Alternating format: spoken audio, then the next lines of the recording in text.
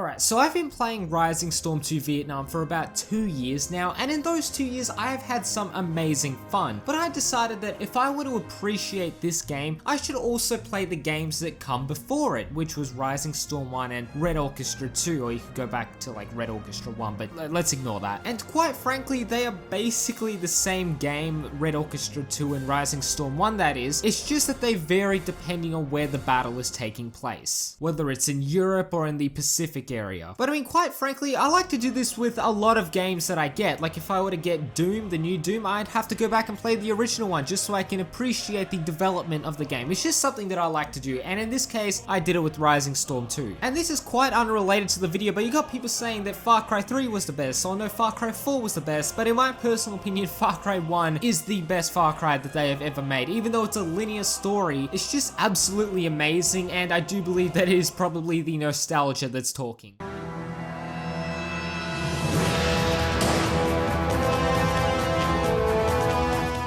But look, this is why I thought it would be a good idea to go and play Red Orchestra 2 and Rising Storm 1 to see what they are like. Anyways, let's get into the video.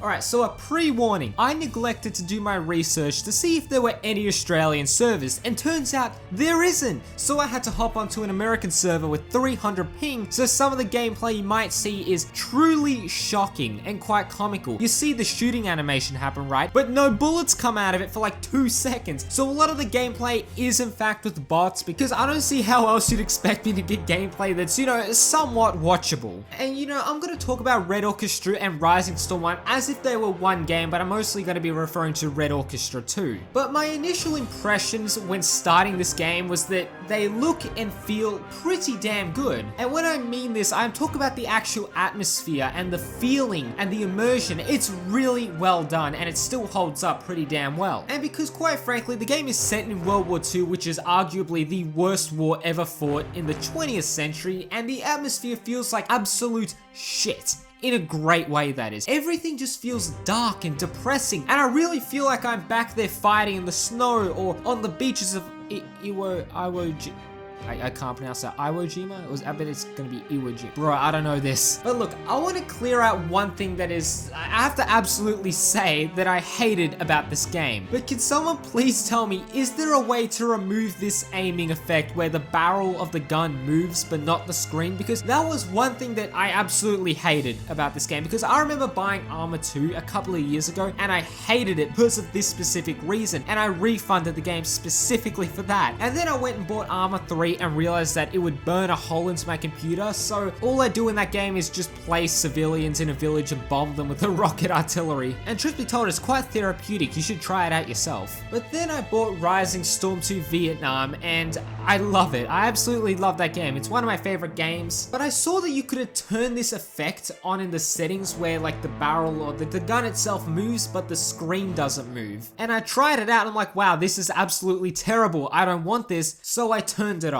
But this was one of my biggest complaints about Red Orchestra 2, and if there is a way that you can turn it off in the settings, I couldn't find it anywhere, do let me know, but if that's permanent, then I'm just going to have to suck it up. But look, the overall gameplay feels good and immersive. The guns sound great, but I'll admit that there isn't too many weapons you can select, especially when compared to Rising Storm 2 Vietnam. But the game has this cool feature where if you level up the gun's level, you can get these cool upgrades on the gun that make it more shinier.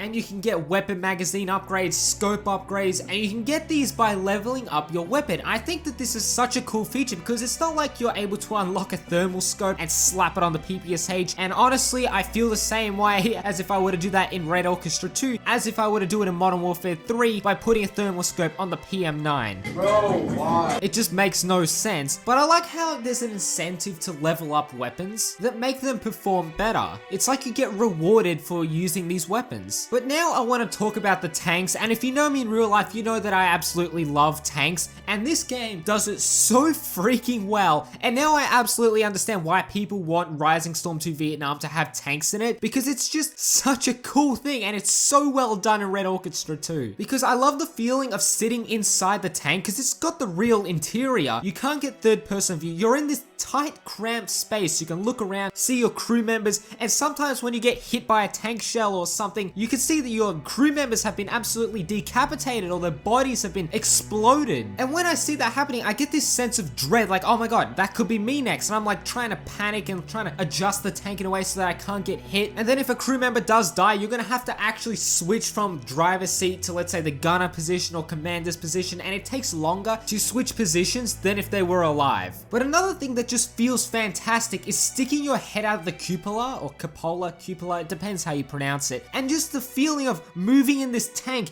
down a street, and you can see like people beside you running, and then you're getting shot at, and you like get back in, you close the hatch, and you're looking through the scopes and like the little vision ports. It is such an amazing feeling. It's so much fun. And I don't know any other game that replicates it. Probably Hell Let Loose and Postscriptum also do this, but well, my graphics card still doesn't work, and the replacement is gonna cost a lot of money, so I like and subscribe so I can afford a new graphics card, please. But other than that, I don't know any other game that just has this feeling of like claustrophobia when you're in a tank and you can hear the bullets hitting it, tank shells ricocheting. It's freaking amazing.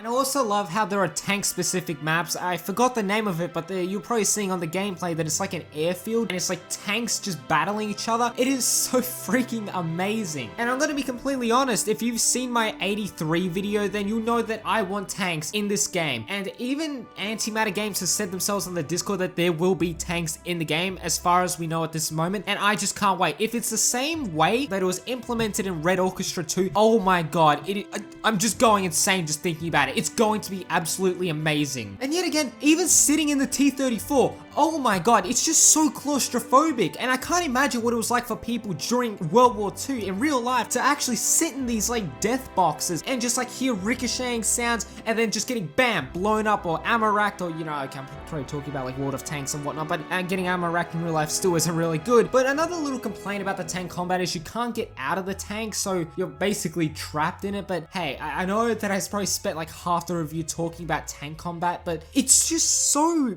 freaking sick, man. But anyways, moving on, I want to talk about the graphics and how they've held up over the years. And to be brutally honest, they look pretty damn good despite it being an 8-year-old game, but it's nothing to really get excited about. But I'm not going to even compare it to like Hell Let Loose or Postscriptum because for starters, my graphics card doesn't work, so I can't even play those games. And secondly, they are just in two completely different leagues, so the comparison is just stupid. But the actual feeling, in my opinion, is better than the graphics as a whole. Sure, you can have like fancy graphics, but if you can really immerse yourself in the actual environment that was made, then that is much better than like top-notch graphics in my opinion. But I mean, look, nonetheless, do I recommend getting this game in 2021? If you are an Australian, then unfortunately, I'm gonna have to advise that you don't get it unless it's like on a discount and you're comfortable with playing with bots, or like you somehow have some like super internet. But I mean, you probably have some friends that work at Optus or in the government that can hook you up with some pretty damn good internet that will allow you to connect these servers with good ping. But unfortunately, me and the general Australian aren't going to be in this situation. But if you're in like America or Europe where you can connect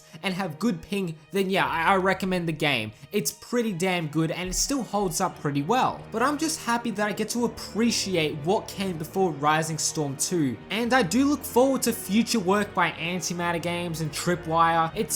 They've got a real good games or game franchise, whatever you want to call it, going, and I love them. I absolutely love them. But anyways, I'm going to end today's video there. If you did enjoy it, please do consider leaving a like, subscribing, sharing the video with your friends. It really will help out the channel out a lot. We are so close to 2K subs.